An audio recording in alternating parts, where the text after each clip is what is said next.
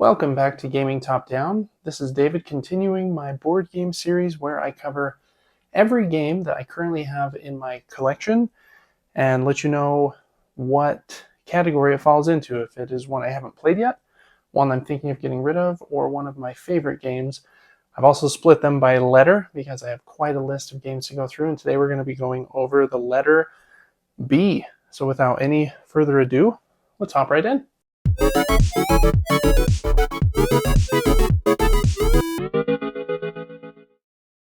Okay, first up for the games I haven't played yet. First is Battle Crest. This is from Button Shy Games. And I think this one looks cool. It has cool art, but I'm generally not a fan of skirmish games. I'm very picky with them. And so I just haven't gotten this one to the table. I don't know if I won't say never, but it's going to be a hard sell. Like I said, the art's really cool. You choose a character, and then you move around kind of on a card map and fight each other. Cool idea. I don't know if that one is for me. So haven't played it yet, and it might also belong in the might be purged section. Next up is a Reiner Knizia game that I got pretty recently called Blue Moon City. Has some very fantastical art, but I think it's almost fairly abstracted in how you play the game, and it's a pretty simple game. I believe you're moving your pieces around the board and trying to be a part of these different kind of set collection pieces. And if your opponent does something next to you, you want to be like part of the grouping there so that you can at least get a few points. I didn't explain that very well since I haven't played the game yet, but I know that this is one that people do generally like. I think they like the version prior to this one, so this is the newer version of the game. So hopefully the gameplay is the same, and I'll like it when I try it. It's Blue Moon City. Next up is one I do think I'll really like. It's Basket Boss. This is an auction game where you just play as kind of the general manager of a basketball team, and you'll be bidding on different players. Your players are shown with these really tall cards, and they have a different number of stars in the different years of their career. So some of the players will be really good at the beginning or the ending of their career. Some might peak in the middle. So you'll be bidding on these players and then slotting them into your board, and they kind of move inside of your board from round to round to show the different year of their career. And then you'll get points at the end of each round based on like how good your team was.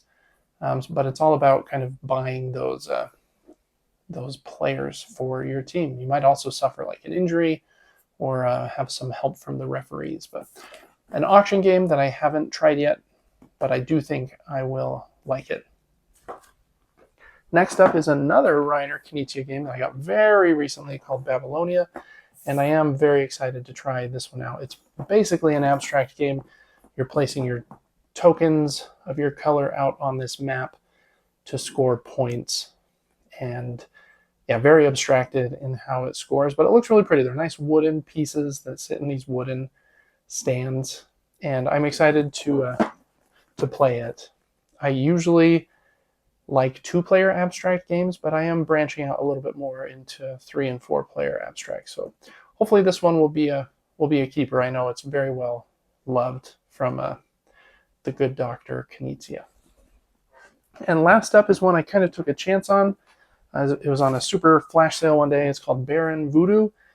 Kind of an interesting theme, but it's really just a dice placement game where you'll be placing dice out on this board, and each character has kind of a special ability that will dictate where they can place pieces.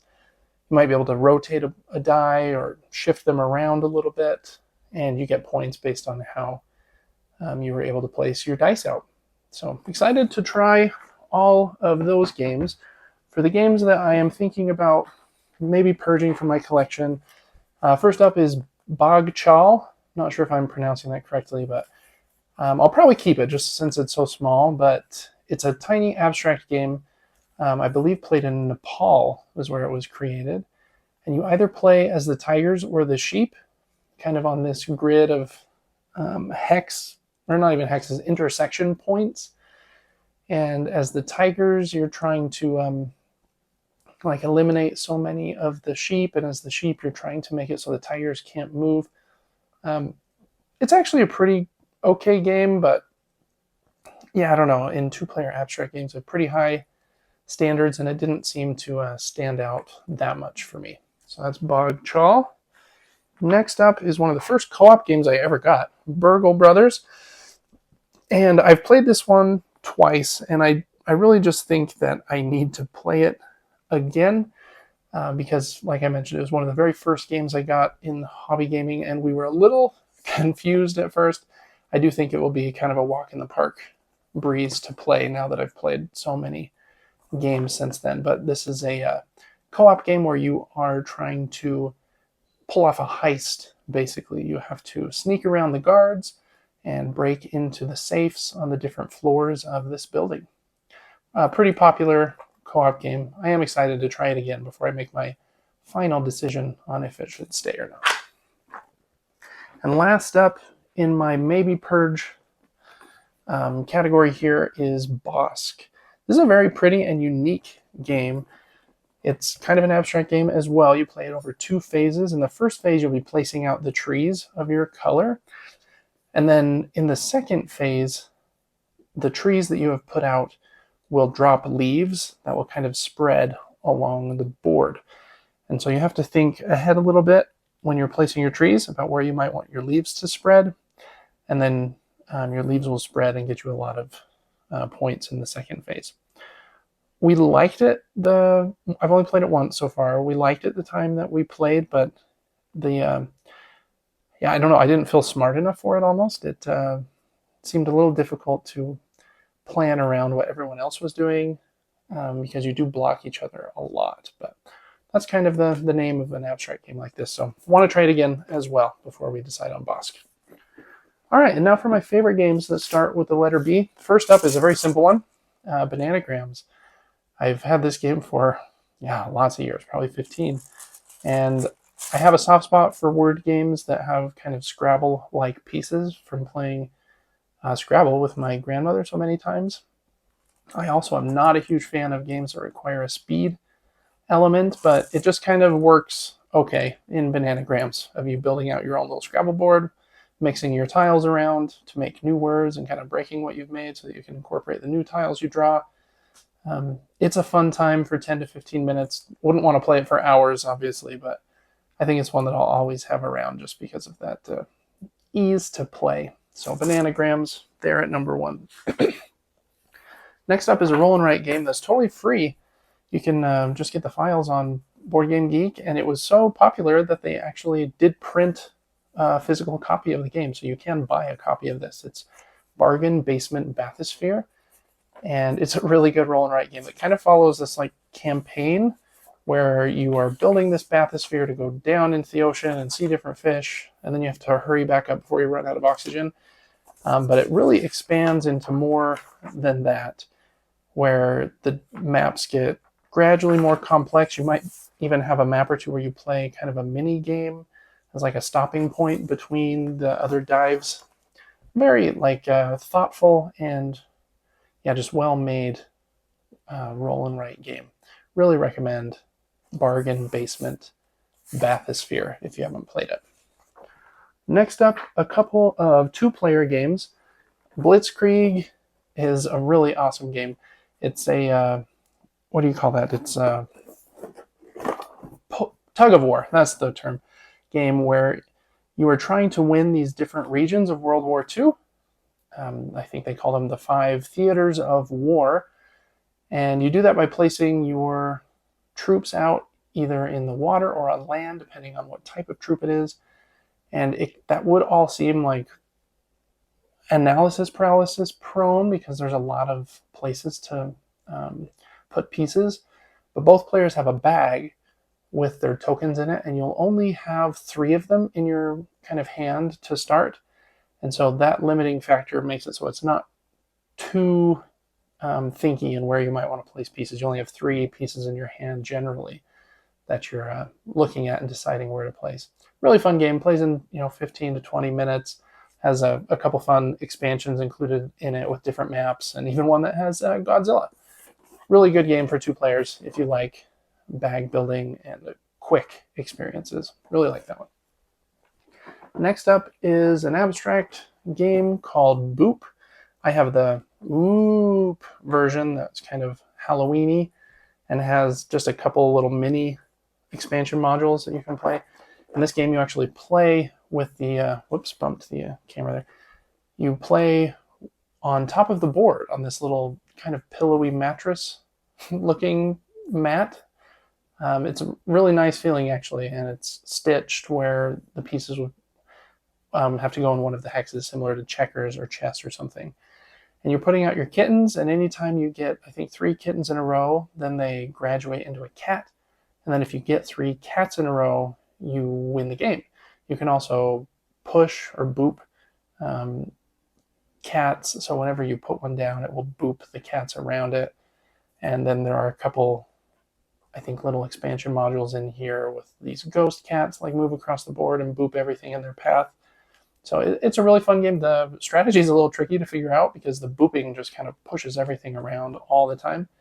But yeah, this is a pretty great 2-player game, especially if you like the theme and like games that are, kind of like that, where it's all about placement on a grid. So that is Boop. Next up is a game that is very easy to introduce to new people, I feel like, and this is Bees. I've played this one probably, well, let's see, I've got the record here, 3 times. And yeah, I really liked it the last time we played just because it plays really fast. It says 30 to 45 minutes, and I think it's on the lower end of that scale, to be honest. You're moving your bee around this path of flowers to gather pollen, and then you put them on these really cool, like, quadruple layer boards, or maybe it's only triple, but they look really nice. This is from Next Move Games, who does Azul, and they just have really nice pieces. Your bee pieces look really cool. And kind of the fun part about this game is your bee can't move forward in a straight line. It has to zigzag around the board. You kind of get to decide where you're going to move, but it is based on kind of diagonals and not being able to move straight. It's a fun game. Like I said, a simple one. You're trying to collect sets of the pollen, either to match some patterns, or just be in certain spots of your beehive, and then you do that by moving around the board. Very easy to teach to new players as well. I think this one is a really good kind of entry level game. I think I'll have it for a long time. Next up is a game from Pandasaurus called Brew, and I really like this one. It has kind of a fun theme about you play as like these, I guess, witches and warlocks, and you're trying to like save these forests. And you do that by placing your dice in the forest, and whoever has the most dice in the forest will be able to claim that forest card. You can also get some animal companions and build potions. This game has a tiny bit of a mean element where you can, kick your opponent's die out of a forest to steal it from them, or maybe burn down certain segments. So you got to be okay with that a little bit. But the components look really nice. The dice are really cool, and yeah, it's just a fun game about gathering those different things to get different point scoring opportunities. And I think it's a pretty solid game that has gone a little bit under the radar, I think. So that is Brew. Next up are probably my 2 favorite games to start with the letter B. First is Bamboo. This is from Devere, whose last 3 or 4 games I've just really loved. And this one's really awesome. Really small box that's a tiny bit hard to get everything back in, but it does fit if you're a little strategic with how you put it in. The interesting part of this game is it has some area majority and these temples that you are placing your incense pieces on. On every turn, you'll take some of these bamboo pieces from your board and then slot them over here at the bottom of these bamboo stalks and push them up. And whichever bamboo stalks were displaced at the top, you take back to put on your board. And so that's kind of a little tricky to plan ahead for, and kind of a unique mechanism there, actually. I haven't seen really any other games that use something like that, where I'm pushing something in, displacing something, and then that something comes to my board. But Behind that and the area majority, you're also trying to make the most zen and peaceful home by gathering these different paintings and things that will go in your home.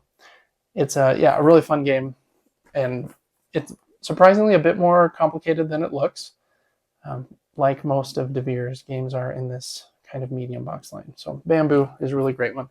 And then last up is a game that I think I will really love the more I play it. I've only played it one time so far, but that is Black Angel. This is a dice drafting game, but it's also got a sci-fi theme about this ship that's trying to find a new planet to colonize. And you send out, you play as like a bunch of different AI robots that are trying to make sure the ship is safe, protected from raiders, and then you'll be taking dice from the different spots of the ship to do different things. It's kind of a complicated, well, not overly complicated, but medium weight game that has a bit going on. You're also managing your own board here and putting cards on the rows and columns that will let you activate those rows and columns. Really nice artwork by Ian O'Toole, and the dice system here on the main board I think is really solid. And it's really fun to put your little AI robots out in these spaceships and then fly them around to gather resources and fight the different raiders and stuff. It's a really cool game. So that is Black Angel. All right, well, that's going to do it for the letter B. I had quite a few games in this section, actually. Make sure to check out the other sections of this series that I'm doing and the other content that I have on gaming top down.